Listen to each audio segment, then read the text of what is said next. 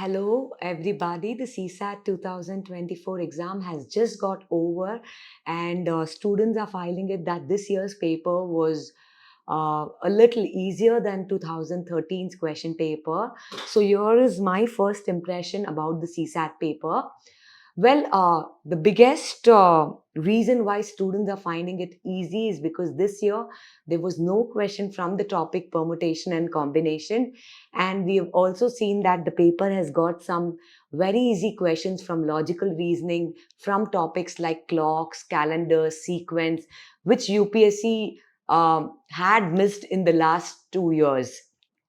So, if you also look at the overall number of questions from reading comprehension, it has remained at the same level around 27, 28. But there are a lot of questions around 7 to 8 or even more, which look to have come from assertion and reasoning type.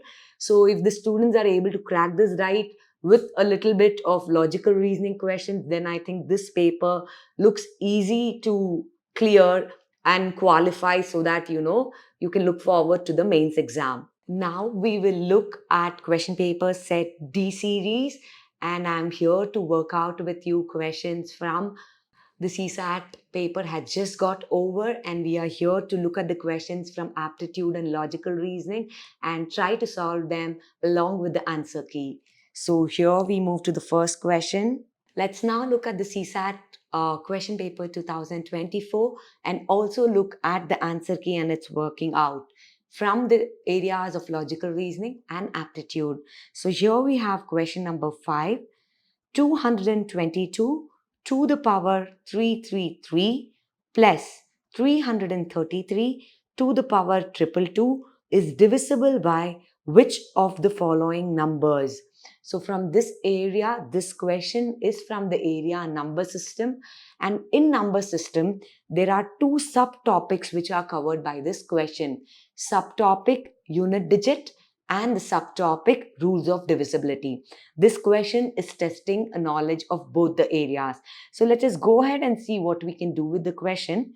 Now 222 to the power 333. Let's try to find the unit digit of this number.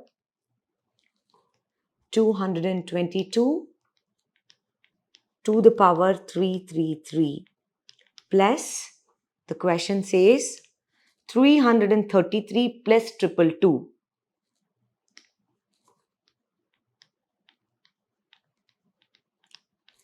Now here, let us try to find the unit digits of these individual values. The unit digit is 2. So whenever you have to find the unit digit of a number ending with 2, what do? We take the power and divide by 4. 333, we divided it by 4. So we get 4 8s 32, 1 and 3, 4 3s are 12. So your remainder is 1. Alright? So now what we will have to do is the unit digit of this number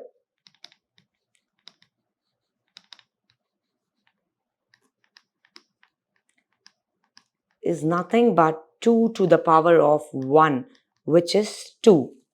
Let us now find out the unit digit of the second number, that is 333 to the power 222.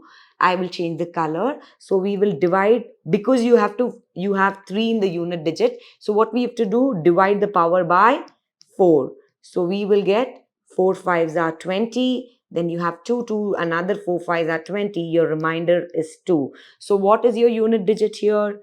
Your unit digit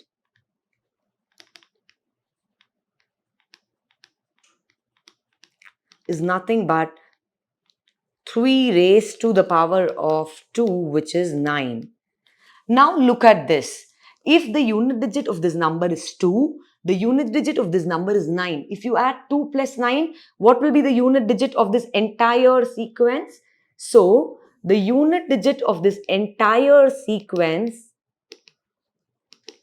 is going to be, of this entire thing is going to be 2 plus 9, which is 11. So you have 1 at the end. Now let us apply rules of divisibility and come back to the question. Any number ending with 1, can it be divisible by 2? Definitely not. So we will try to strike out 2. If we take out 2, our answer should be B, that is but not 2. 3 and 37, have I checked? No, I haven't checked. But because I am ruling out 2, this should be my correct answer. I will now move to the next question, which is from mixture and allegation. Look at the next question from mixture and allegation. What percent of water must be mixed with honey so as to gain 20% by selling the mixture at the cost of honey?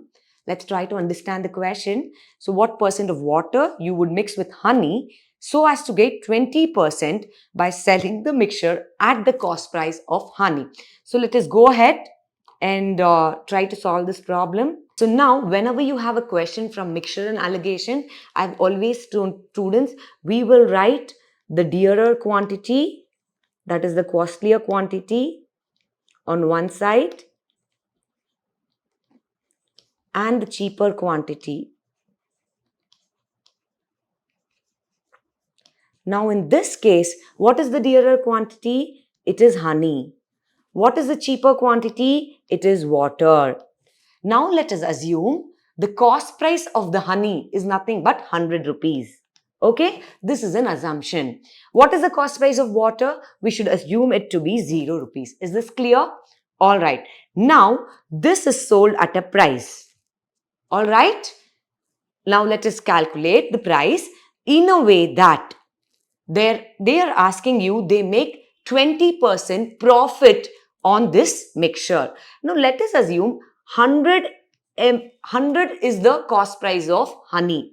So, if you want to make a 20% profit on this, what would you do?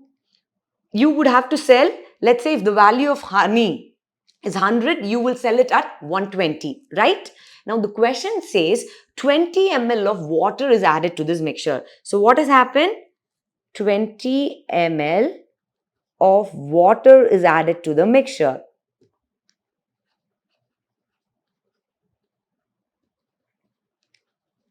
Alright, so, and this entire mixture is now sold at a price which is the cost of the honey. Okay, so they are making a 20% gain. What does that mean? This 100 value is sold at 80. Is this clear? So the cost of 80% of the honey will be your average cost. So what will be the proportion? Your water is 20 liters and your honey would be 80. Is this clear? How do we do this? 0 minus 80 is 80 and 100 minus 20, 100 minus 80 is 20. So this is nothing but what you arrive is the ratio of honey and water in the mixture. So your answer is 20% of water is added to this mixture so that you gain 20% profit on selling the same honey. Why am I taking 80 here? Because they say that honey is sold at the original cost. So here this 100 rupees honey is sold to make a profit of 20%. So only 80 ml of the honey would be sold. At 80 would be its respective cost price. Is this clear? So our answer here is 20%. I will now move to the next question. Question number 7. What is the rightmost digit preceding the zeros in the value of 30 to the power 30? So what is the question asking you? It is not asking you the number of zeros in this expression. It is asking you what is the digit preceding all the zeros. Is this model appeared before? Yes. Let us see how to solve this question. 30 to the power 30 can be written as 3 into 10 to the power 30. Yes? So this is nothing but 3 power 30 into 10 power 30. Yes or no? Now 10 to the power of 30 means it's going to be 30 zeros together. Now that is not your question. They want to ask you what is the digit which precedes all the zeros. So basically, if you find the unit digit of 3 power 30, that will be your answer. How do we do that? We have done this in the previous question also. Divide 30 by 3 Divide 30 by 4. So you get 4 sevens are 28 and you have a remainder of 2. So what's our unit digit? Our unit digit or the final answer is 3 raised to the power of the remainder, that is 2, which is nothing but 9. So your final answer here is 9. What is the rightmost digit preceding the 0 in the value of 30 to the power 30? Is this clear? So where is the trick in understanding the question? Otherwise, it is a very simple question. Now, we will move to the next question. Look at this. We will move to the next question now. 421 and 427, when divided by the same number, leaves the same remainder 1. How many numbers can be used as the divisor in order to get the same remainder 1? So do we understand the question? That means if 421 is divided by the number, you get a remainder of 1. If 427 is divided by the same number, you get a remainder of 1. Alright, so how do we find this number? That is what they're asking. How many such numbers are possible? So if you think logically, it means the number should be somewhere between difference between 421 and 427. That is 427 minus 421 is 6. See, because only, let's just try. Let me explain you through this way. See, 427, if it is divided by 6, what will be the quotient? Your quotient should be 6 sevens are 42, 6 ones are 6. So your remainder is 1. Able to follow? If I divide 421 by 6, then your quotient is 4 sevens are 22 and 1 cannot be divided. So you will write 0 and your remainder is 6. Alright, so I'm logically trying to think. When 427 and 421 are divided by the same remainder, they leave a remainder of 1. But they are asking you, how many such values are possible? That means I have an implication that 6 is not the only number. Now, think, can this be a number greater than 6? Definitely not possible, because if you divide 7 by this number, just go ahead and try. In the exam hall, if you don't know, you could have tried this.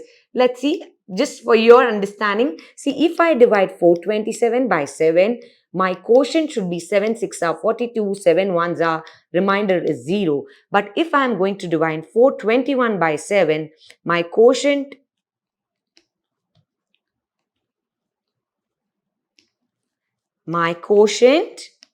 is 7 6 are 42 and 0 and my remainder is 1. Did you understand? So this implies that the number is less than 6. How did I get this implication? I found out the difference, and when the question told me how many values are possible, that means there are many more such numbers. So now I will go ahead and try to solve this question.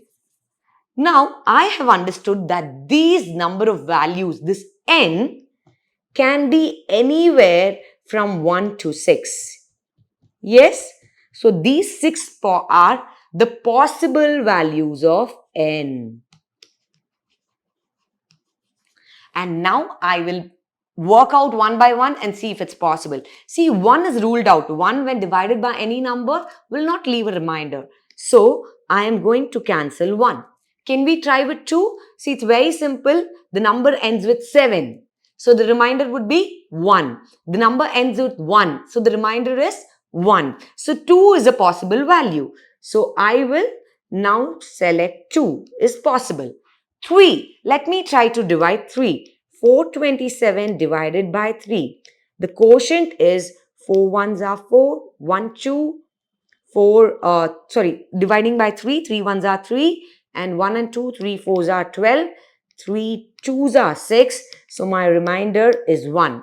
I will also divide 421 by 3 and see my quotient.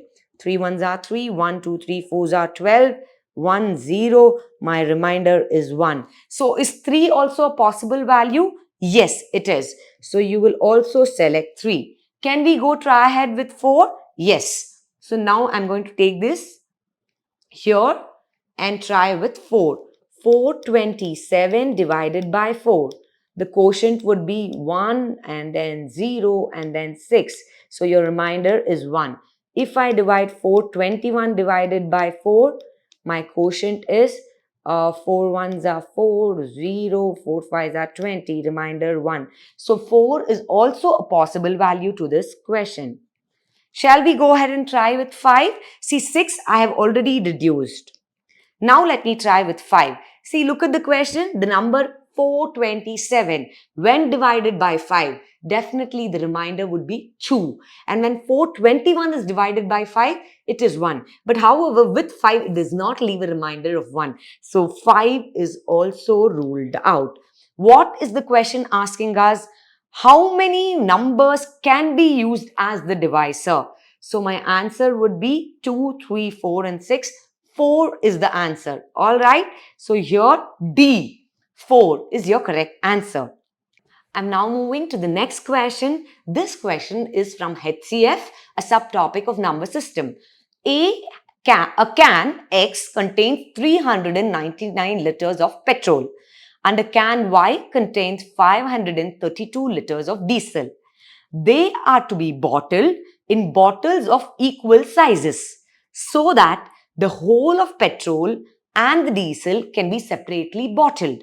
The bottle capacity in terms of liters is an integer, which means it's a whole number. How many different bottle sizes are possible? See, let me explain the question one more time to you. A can, so they say a can X has got 399 liters of a liquid, that is petrol, and a can Y has got 532 liters of diesel. Okay, they have to be bottled in small containers equally. So what does this mean? Petrol, let us assume these are the bottles. This 399 has to be split into so many number of boxes, and this 532 liters of diesel also has to be bottled differently. Okay, in a way that it is complete. All right, look at the question. They are to be bottled in bottles of equal sizes so that the whole of petrol and diesel is separately bottled. So coming back to this explanation, this entire 399 is split into these boxes. So the entire boxes are also full and the entire 399 is into the bottles. They have also told us that this value, all right, this value N, that is the capacity of the bottle, is the same. So how many such possible values of N are possible? So N is nothing but the HCF of this. So we will go ahead and find out the HCF here.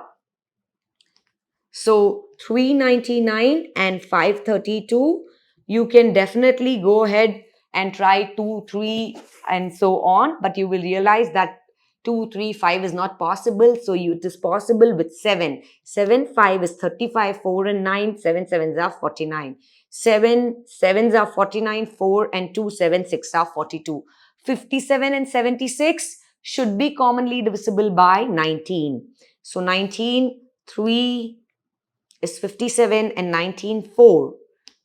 4, 9, 36 should be 76. So whenever we are doing HCF, I've always told students, be clear that we will take only these values. So what does this mean? The HCF of these two digits is nothing but the HCF is 7 into 19. Have you understood? But what is the question asking you? The question is asking you, how many different bottle sizes are possible?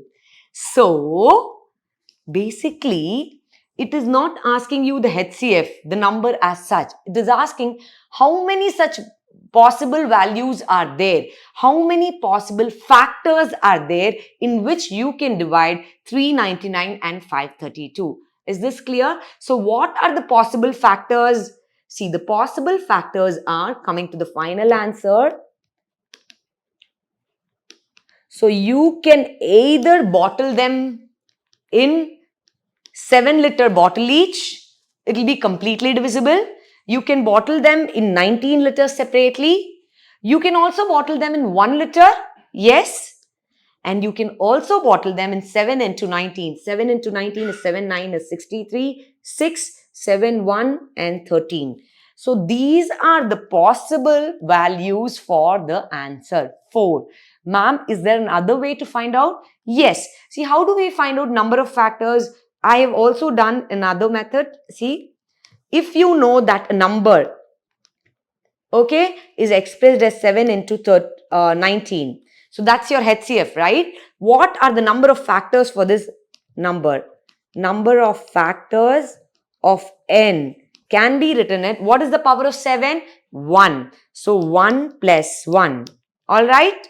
Into, what is the power of 19? 1. Another 1 plus 1. So it's 2 into 2, 4. So your answer, either you write down the possible factors from this 7, 19, 7 into 19 and 1, or you can also find out using the formula how many factors are there for this HCF. So your answer is 4, B 4. Did you understand? The question was asking you to first find out HCF and then how many factors are there for that HCF. So I think in terms of HCF, so far we've had very easy questions, but this is going 1 inch higher. Okay. I will now move to the 10th question, which is also from number system. Consider the following statement in respect of the sum S. S is equal to x plus y plus z, where x, y and z are distinct prime numbers, each less than 10. So this is from proper number system. Alright. Okay. So let's try to work out this question. See, S is a prime number that is established less than 10. And each of these values, x plus y plus z, are distinct, which means there is no repetition. So in this question, what would we do? Question number 10, where it says x is equal to x plus y plus z, where x, y, z are distinct. And it also says x, y, z are prime. Clear? So what are the possible values of x? It can be 2, it can be 3, it can be 5 and it can be 7. Is 9 possible? No, it's not a prime number. Alright. So these are the 4 possible values in which x, y, z are taking any 3 values. Now they are asking you what can be the possible value of unit digit of s. So can we find out the possible values of s? Definitely yes. From this combination 2, 3, 5 and 7, I will assume my first condition where S is nothing but a sum of, let's say, 2, 3 and 5.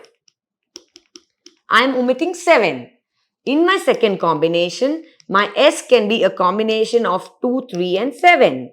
In my third combination, my S can be a sum of 3, 5 and 7, where I am omitting 2 consciously. And in my fourth combination, I am going to omit, so we have omitted, now we are going to omit 3. 2 plus 5 plus 7. What have I done? From my possible values of x, y and z, I am trying to take away one value each in the combination. In the first, I have taken away 7. In the second, I have taken away 5. In the third, I have taken away 2. And in the third, I have taken away 3. Shall we try to find out? So this is nothing but 8 plus 2, 10. This is 10, 12. So this is 12 and 15. And this is 12, 14. Yes? 12 and 15, 7 plus 5. Yes. Now come to your conclusion. The unit digit of S can be 0, can be 9, can be 5. So from our calculation, we know 0 is possible, 5 is possible, 9 is not possible. So I will go ahead and remove the statement 2. So my answer would be C, 1 and 3 only. That is, unit digit can be 0 and unit digit can be 5. Question number 15 from series D. So let X be a 2-digit number and Y be another 2-digit number. Okay, this is formed by interchanging the digits of X. So what does that mean? If X is 12, then Y should be 21. The digits are interchanged. X plus Y is the greatest 2-digit number. What is the greatest 2-digit number? 99. Then how many number of possible values of x are possible? So let me discuss this question here. So they say x and y are two-digit numbers. So x is one two-digit number and y is a two-digit number, and they are formed by interchanging the digit. So if this is 10th digit, this is unit digit, then this is unit digits and 10th digits. Okay. So the only condition that they have to say is x plus y is the greatest two-digit number. So I will take this as 99. Is it possible? Now I will try to write what can add up to 99. I will start with 1. Okay. 1 and 8 when interchanged becomes 8 and 1. Does this add to 99? 2 and 7 when interchanged becomes 72, adds up to 99. 3 and 6 becomes 63, it adds up to 99. 4 and 5 becomes 54, it adds up to 99. See, because I generally, this pattern of question has already appeared in UPSC in the previous year, where they've asked when you add two digits, when you interchange digits, the sum should be 9. So you know this order, right? 1, 8, 8, 1. 2, 7, 3, 6, 4, 5. So I am now trying to write all the possible values. Now this can be 5, 4. So what's happening? It's the same combination. Yes or no? 45, 54, 54, 45. But remember, the question is asking me how many possible values of x is possible. So x 45 is also possible, 54 is also possible. Similarly, x is 63 is possible and y is 36. X is 72 and y is 27. X is 81 and y is 18. So the number of possible values of x, if you calculate, are 3, 6 and 8. All right. The answer is D, which is 8. We'll move to question number 16. This is a very simple question from average. So we see that in UPSC, average is a very favorite topic. Weight of 6 boys is equal to weight of 7 girls. That is equal to weight of 3 men, and that is equal to weight of 4 women. So if the average weight of women is 63 kilo, what is the average weight of the boys? So it's very simple. How many women's weight? So weight of 4 women is equal to the weight of 6 boys. All right. So I'm just going to take it from the question women and boys and compare. Weight of 4 women is equal to weight of 6 boys. Weight of 4 women is equal to weight of 6 boys. What have they given you? The average weight of the women is 63 kilo. So 4 into weight of 4 women together would be 4 into the average weight, 63, equal to 6 into the average weight, right? So let me assume this to be boys. So the average weight of boys is 4 by 6 into 63. So this is 2 2s are, 2 3s are, 3 2s are, 3 1s are, 42 kilo is the average weight. So coming back, B, 42, very simple question, easy to crack. Now, coming to question number 17, a very simple question from clock. So, how many times does the hour hand and the minute hand coincide in a clock between 10 a.m. and 2 p.m. on the same day? So, how many hours is this? 10 a.m. to 2 p.m. is nothing but 4 hours. And we know that the hour hand and the minute hand in a clock coincides after every 65 minutes and few seconds, right? So this is a formula which we generally tell in class. So I've also told that for every 12 hours, the hour and the minute hand coincides 11 times. So for every 24 hours, the hour and the minute hand coincides every 22 times. All right. So for every 24 hours, they coincide every 22 times. So here between 4 hours, you have to see how many 65 minutes are there. So definitely 4 is not possible. So the number less than 4 is 3. So here the answer is A, 3 times. A question from calendar. Very easy question. The calendar for the year 2025 is same for. So what we have to do, we have to find the number of odd days. So let's go ahead and do this. So let's write in calendar 2025.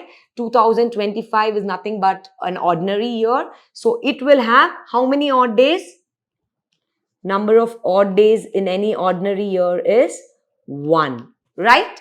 Now in 2026 is also an ordinary year, so it will have one odd year. 2027 has one odd day. 2028 is a leap year, so it will have two odd days. So let me count so far: 1, 2, 3, 4, and 5. So in 2029, it will have one odd day. In 2030, it will have one odd day. So until 2030, let us calculate the number of odd days. Okay, number of odd days until 2030 is 1 plus 1 plus 1, 3, 5, 6, and 7. 7 odd days can be considered as 0 odd days, right? Now, the question is, the 2025 calendar is the same as 2025 has got 1 odd day and 2030 has got 0 odd days. So, the year next to 2030, that is 2031 is your answer. Alright, here C 2031 is your correct answer. Question number 19, again from number system. Let P, Q, R and S be distinct positive integers. Let P, Q be odd and R, S be even. Consider the following statement. Alright, so they are distinct positive integers. What are they telling us? They are telling us that P and Q are odd and R and S are even. They are distinct numbers. So possible values are 1, 3, 5, 7 and 9. Here it's 2, 4, 6 and 8. Alright. And they have given you a few conclusions. P minus R the whole square into Q into S is even. So let us go ahead and write. So I will take the question paper in my hand. So I now have the question paper, so it's easy for us to do it here. See, now your first condition says P minus R the whole square into QS. So shall we try to work out? See, P is odd. Odd minus an even number is always odd. Okay? Odd number the whole square, and Q into S. Q is an odd number. Odd into even is always an even number. Try and see, how do you say this? Take an odd number. Let's take 5. 5 into any even number. Let's say 5 2 is 10 even. 5 4 is 20. 5 6 is 30. 5 8 is 40. Alright. So any odd into even number will always be even. Now odd number the whole square. See, odd number the whole square. If you try to see 3 square, 5 square, everything should be odd only. But when you multiply any number with even, eventually it is going to be even only. Alright, so my first statement is correct. Now I will move to the second question. Second statement, Q minus S, Q square into S. So what is Q minus S? A odd minus an even number. Odd minus even means it's an odd number. What is Q square? Odd number the whole square. So odd into odd square into S is nothing but even. Now, remember in multiplication, whenever you multiply any number of odd numbers, but if you have even one even number, your ultimate answer is going to be even. So this statement is also correct. Now we move to the third statement, which is Q plus R the whole square into P plus S. Okay, what is Q? Q is odd plus R is even, odd plus even the whole square into P is odd and S is even. So, odd plus even would always be an odd number. Okay, odd and an even number, when you add, you can just see 1 plus 2, it's an odd number. Example, it will be odd square into odd plus even. Again, it's an odd number. Now, the answer for this, odd into odd into odd, is odd. So, this is odd. So, this statement is also right. So, your answer is D, all the 3. Alright, here 1, 2 and 3.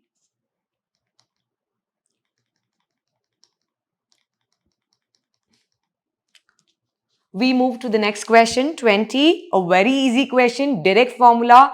What is the angle between the minute hand and the hour hand when the clock shows 4:25 hours? So, we move ahead. What is the formula for angle between the minute hand and the clock hand? Your angle is 11 by 2 minutes minus 30 hours, and you have to take the positive figure. So I will go ahead now. 11 by 2 into how many minutes? 25 minutes minus 30 into how many hours? 4 hours. So this is nothing but 25 into 11 should be 275 divided by 2 minus 120. So this is 1, 2 threes are 6, 1, 5, 2 sevens are 14.5 minus 120. So this is 17.5 degree. Your answer is C. Okay. So your answer is C.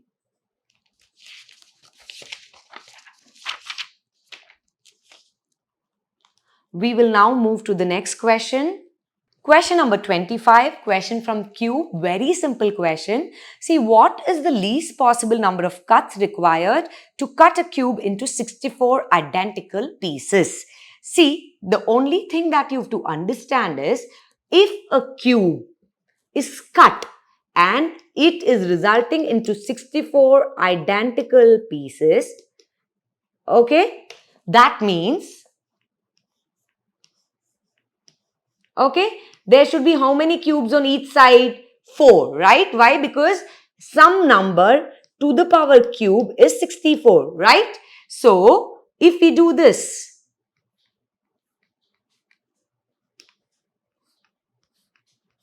if we have 4 cubes, 4 on each side, 1, see, 1, 2, 3, 4, 1, 2, 3, 4, 1, 2, 3, 4, then it results in 64 cubes together. But remember, the question is asking you number of cuts, right?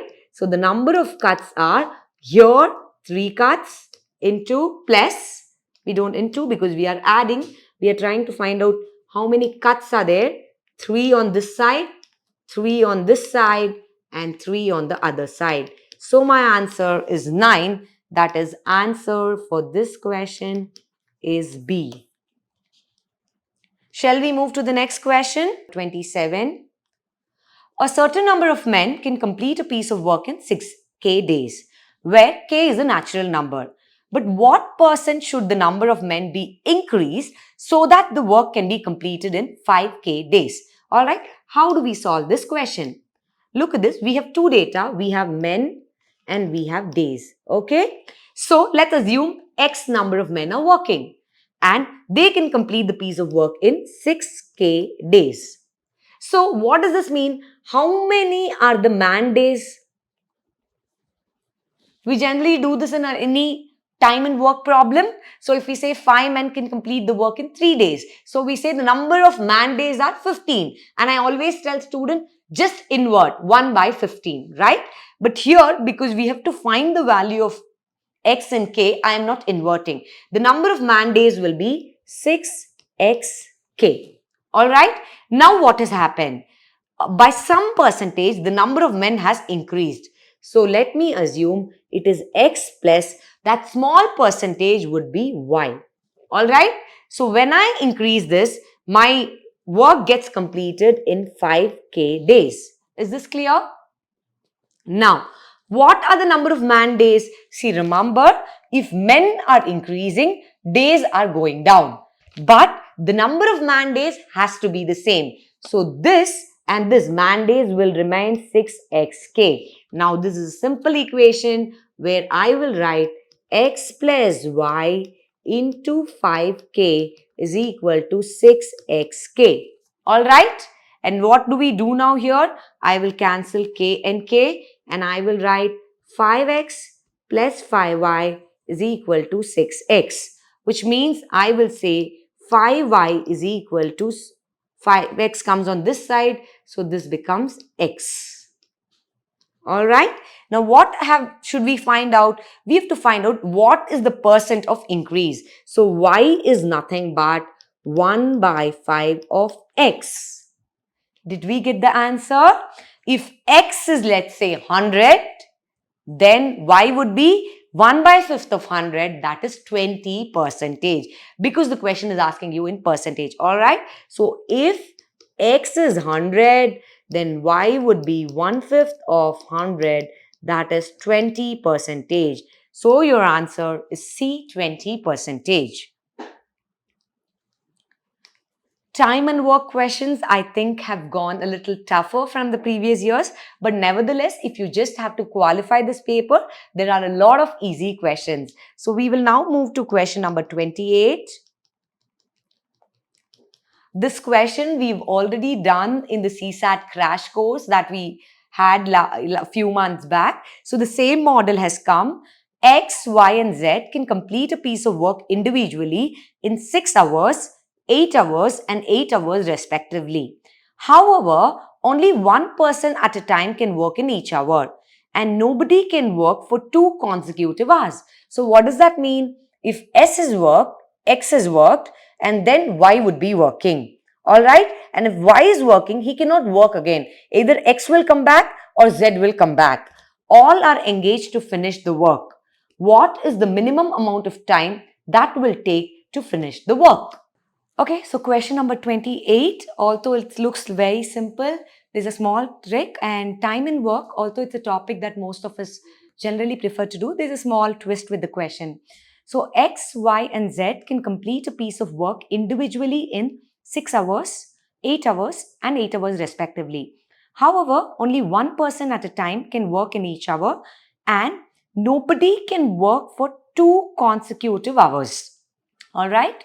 So all are engaged to finish the work. What is the minimum amount of time that they will take to finish the work? See, try to understand the question. All 3 are engaged in finishing the work. All right. But they aren't working together. So X is working individually, and after he finishes, Y is working. If Y is finishing, then either X is working again or Z is working. Clear? So they are not working together. Also, the second condition is a person cannot work for 2 consecutive hours. So X cannot work for 2 hours consecutively and then Y 2 hours consecutive. That is also not possible. So shall we go ahead and try to solve this question?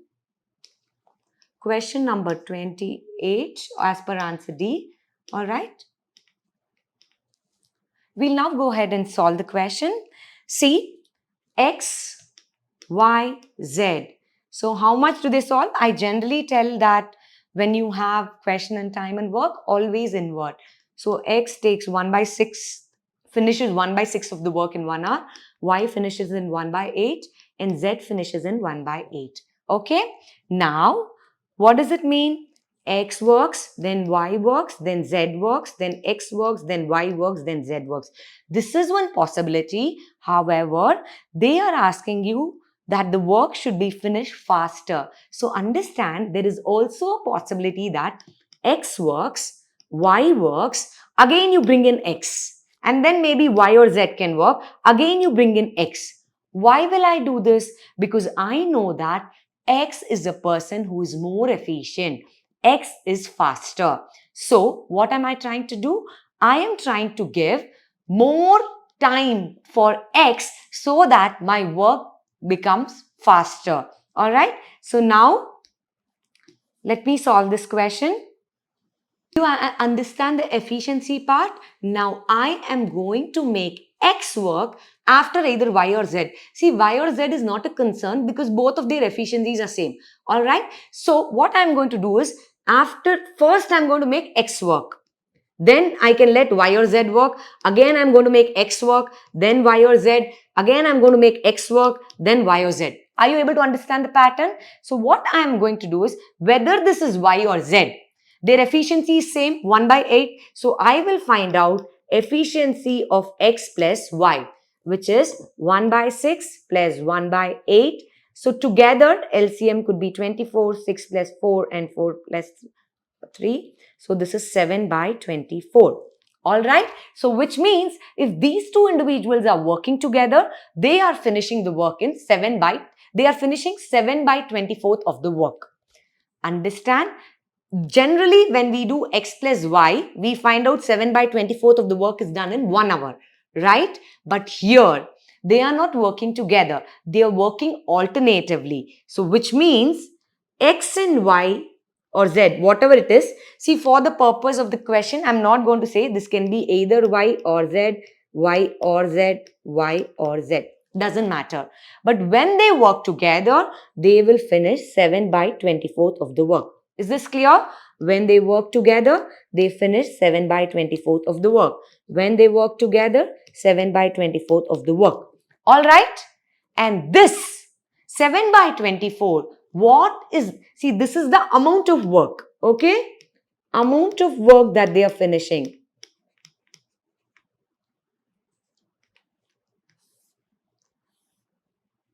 Is this clear now? X, Y and Z. So even to make it clear, I'm going to put it this way. See, first X works, then you can let Y or Z work. Together they have finished 7 by 24th of the work. Again X works, then Y or Z works. X works, Y or Z works. Y or Z doesn't matter to me because they are taking the same amount of time. Why am I using them less? Because I see that X is more efficient and faster. So I want to finish the work faster. Alright, now coming back to the question. See, what is the time taken? This is also important. See, this 7 by 24th of the work, first one individual works, another individual works. So this is done in 2 hours. This is also done in the next 2 hours. And this is done in the 2 hours. Now, shall we calculate so far how much of the work is over? So I will take this and I will write amount of work which is done so far is 2 plus 2 plus 2. That is 6 hours are over. And 7 by 24 plus 7 by 24 plus 7 by 24, which means 21 by 24th of the work is over in 6 hours. Is the work over? No. The work will be over when it is 24 by 24. That is 1. We've always taken work as 1. Is this clear? Now, I will move ahead and solve this question. I will just erase this apart a bit so I can solve the question in the same space. Now, try to understand. 21 by 24th of the work is completed in 6 hours. Clear? So, if you look at the options, you have 6 hours and 15 minutes, 30 minutes, 45 minutes. 7 hours is ruled out. Now, how much of the work is pending? Pending work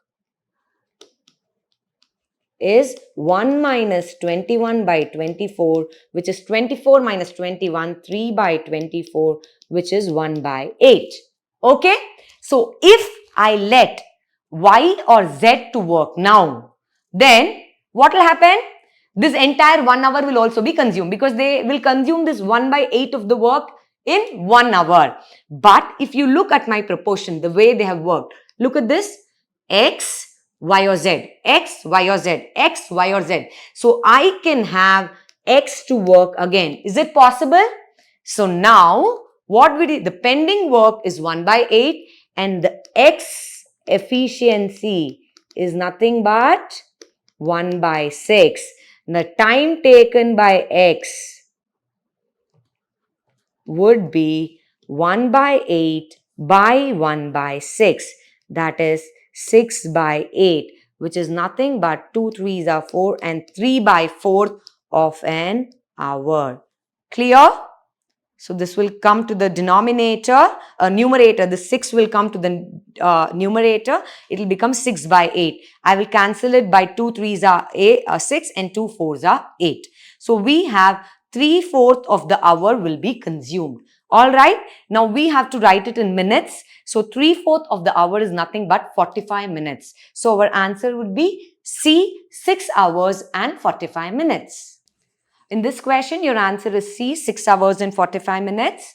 We will now move to the next question, question number 29. How many consecutive zeros are there at the end of the integer obtained in the product 1 to the power 2 into 2 to the power 4 into 3 to the power 6 into 4 to the power 8, and it goes on up to 25 to the power 60. See, this question has appeared in from number system from a subtopic called trailing zeros, and this we've already seen for the last 2-3 years that this pattern has been appearing. So we will try ahead and go to solve this question. So we have this expression 1 power 2 into 2 power 4 into 3 power 6 into 4 power 8 into, and it goes on up to 25 to the power 50. All right. See, I've always told whenever the question is asking you the number of zeros, that means the number of tens which are there in this expression is a result of the number of zeros. So to obtain any 10, you require 2 and 5. Correct?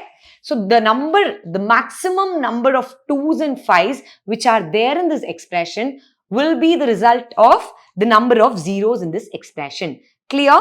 See, in this, as you go 1 to the power 2 to the power 3 to the power 4, you will definitely have 10 to the power, right? So let's go ahead and solve this. I'm going to go it in detail and write this expression.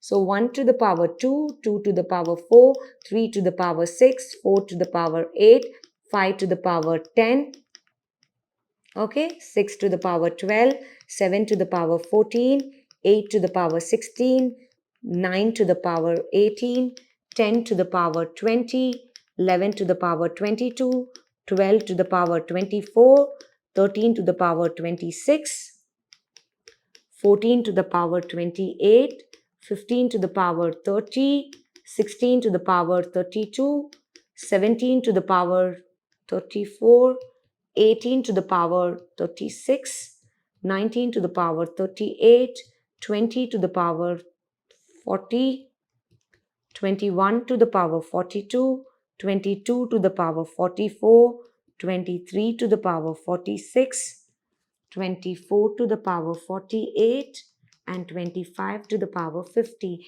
This is what this expression means. See, in detail, if you have to break down, every number has got how many 2's and how many 5's. So rather, the easier way to do is, I will take all these numbers. It looks like 2's are really huge. See, because if you take 8 power 16, 8 itself is 2 cube.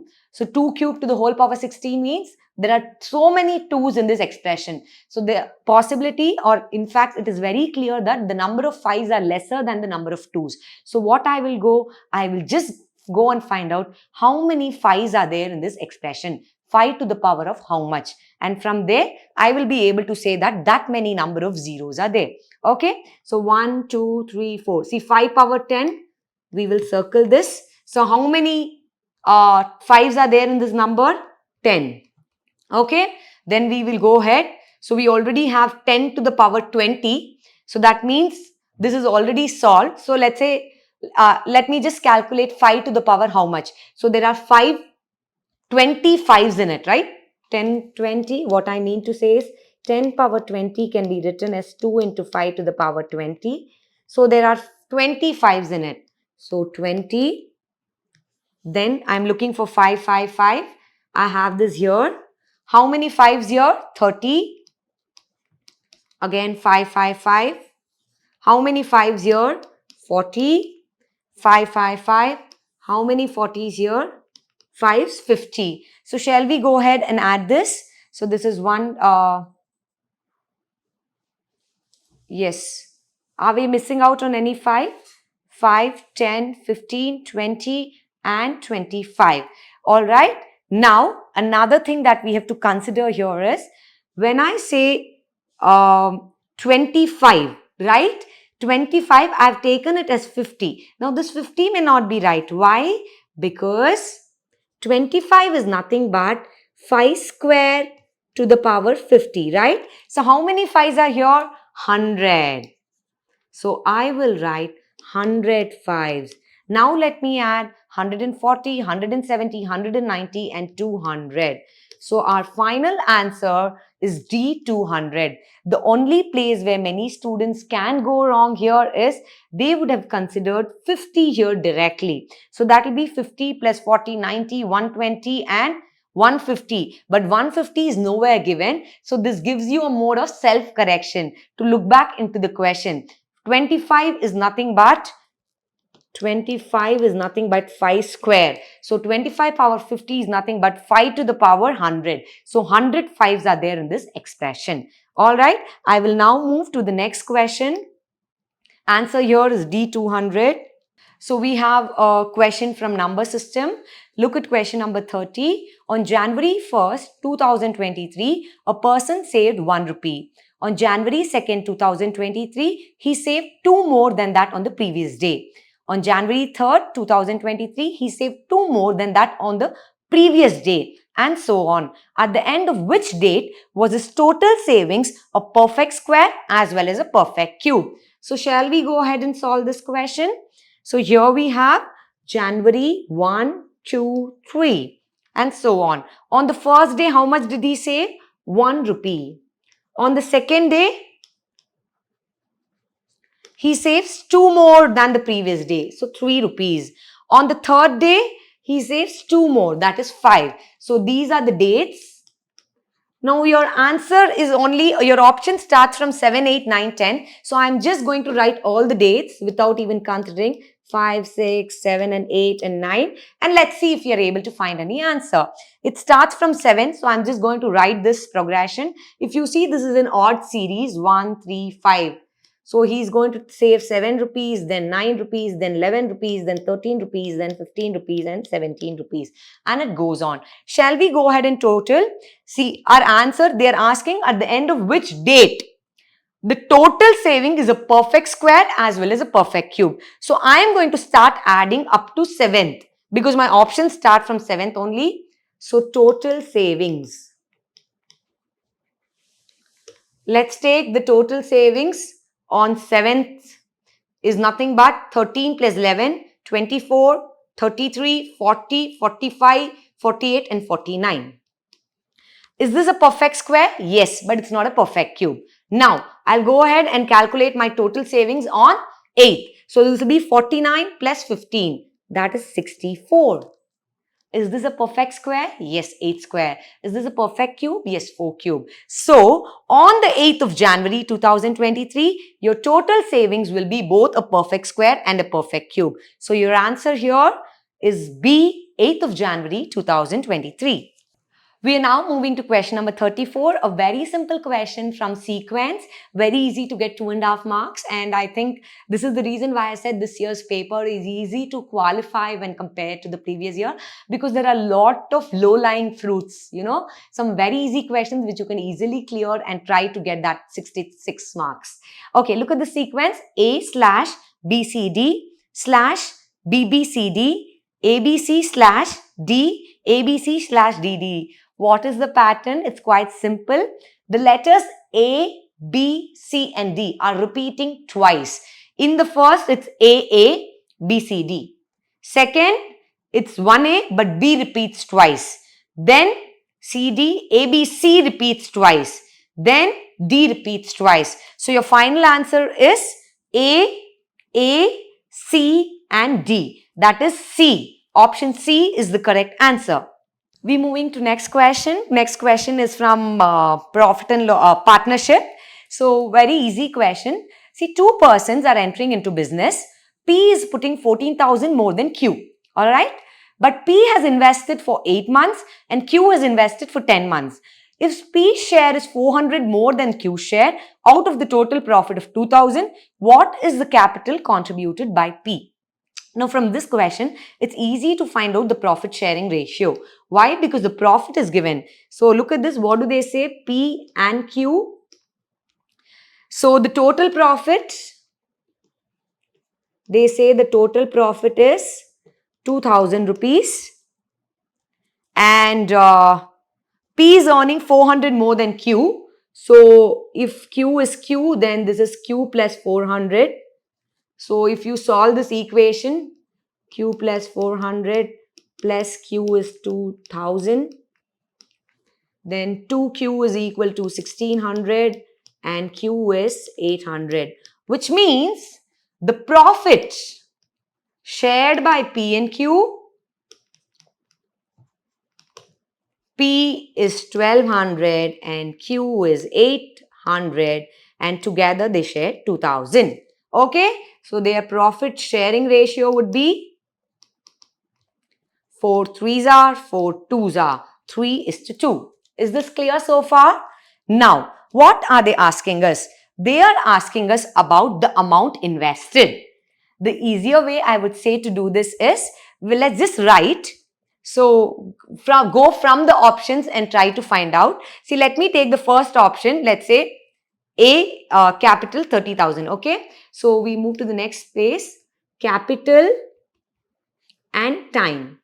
Okay. So, if I take the option A, which says that the capital contributed by B is 30,000. Okay. Now, for how many months has B invested? 8. If P has a capital of 30,000, what would be the capital of Q? The question says that P is putting 14,000 more than Q. So, this is 14,000 more than Q. So, Q should be 16,000. Q has invested for 10 months. So, what's the total? We generally say capital into time, which gives us the profit sharing ratio. So, this is 2,40,000 and this is 1,60,000. So, what would be the ratio? 24:16, which is 3:2. Did we get this? Yes, this is the profit sharing ratio. So, what have I done? I have applied in my option A and checked if I am getting the same profit sharing ratio which I got earlier. So, this means my answer A, that is capital of 30,000 contributed by P, is right. I will now move to the next question. Question number 36, which is from percentage. So, a simple question. P's salary is 20% lower than Q's salary, which is 20% lower than R's salary. By how much is R's salary more than P's salary? We've done this question in our crash course. So, let's go ahead and solve this. So, there are P, Q and R. And what do they say? They say Q's salary is 20% lower than R's salary. So, I am assuming R's salary is 100. So, what would be Q's salary? 20% less than this, that is 80. And what would be P's salary? 20% less than Q. That means P's salary is, so what does it say? 100 minus 20% of 80. That is 80% of 80, which is nothing but 64 rupees. Okay? You can also easily calculate 80, 10% is 8. So 20 is 16. Just deduct 16 from here. Now the question is asking you, by how much percent is R salary more than P's salary? So the base is P's salary and how much is it more? Alright. So the base is P's salary. And they are saying how much more? How much more of R? Alright. So how much is R more than P? So 100 minus 64. Base is 64. So which is into 100. So your answer here should be 36 by 64 into 100. When you solve, you will get 56.25%. Answer is B. This is a simple question. The beauty of this year's paper is percentage has revived itself in the question paper. This is a topic which students generally feel very comfortable and they always fear permutation and combination. So we see that in this year's question paper, I think there's almost no question from that topic. Okay, so we will look at question number 37. A number is mistakenly divided by 4 instead of multiplying by 4. What is the percentage change in the result due to this mistake? Alright, so a number, let's assume the number to be 100. Okay, this is mistakenly divided by 4. If I mistakenly divide by 4, what will be my answer? 25. But originally what it should have been done? You should have multiplied 100 by 4. So my answer should have been 400, but I got only 25. So what is the percentage change in the result due to this mistake? So let us calculate. So what is the change by what is the original or the correct number into 100? Alright, the change is nothing but 400 minus 25, but it should have actually been, the correct number is 400 into 100. So this is 375 by 400 into 100. You cancel the zeros, solve 375 by 4, you should get 93.75%. That is option number D. Easy question? Okay, we will now move to the next question. Question number 38. In an examination, 80% students have passed in English, 70% students have passed in Hindi, and 50% have failed in both the subjects. What is the percentage of students who failed in only one subject? Okay, again, Venn diagram, percentage, going back to the previous year's model, very simple question. So we will look at the answer. So what does it say? It says in an examination, you will draw a Venn diagram. Let's assume, because it's in percentage, I'm assuming the total number of students to be 100. So 80 have passed in English. So who have passed in English are 80. All right. And how many have passed in Hindi? 70. Okay. And 15 have failed in both the subjects. So these are about passing. So failing means I have to write it here. 15 who have failed. Okay. What is the percentage of students who have failed in only one subject? So what are they asking us? See, these are the percentage of students who have failed only in Hindi. Okay, they've passed in Hindi. Sorry, these are the students who have passed in Hindi. These are the students who have not passed in Hindi, green portion. They've passed in English, but not passed in Hindi. So they are asking us the percentage of students who have failed in only one subject. So this green portion plus this green portion. Able to understand? So let's go ahead and solve this question. Now what I'm going to do is, out of the 100, I'm going to assume this is 80, this is 70, this is 15. I'm going to assume the number of students who have passed in both Hindi and English as X.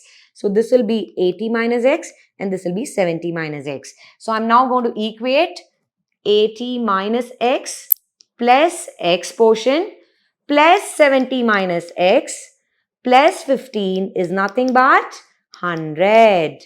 So what I will go, minus X plus X gets cancelled. 80 plus 70 is 150 plus 165. So 165 minus X is equal to 100. So X is equal to 65. What is this X? Percentage of students who have passed in both the subjects. Now what do they want us to know? The percentage who have failed in only one subject. Clear? X is nothing but passed in both subjects. Passed in both subjects are 65%. Is this clear? And how many have failed in both subjects? 15. Right? So how many have failed in one subject? 65 plus 15 is nothing but 80. So 20%. So your answer is B, 20%. Here, alright, B, 20%.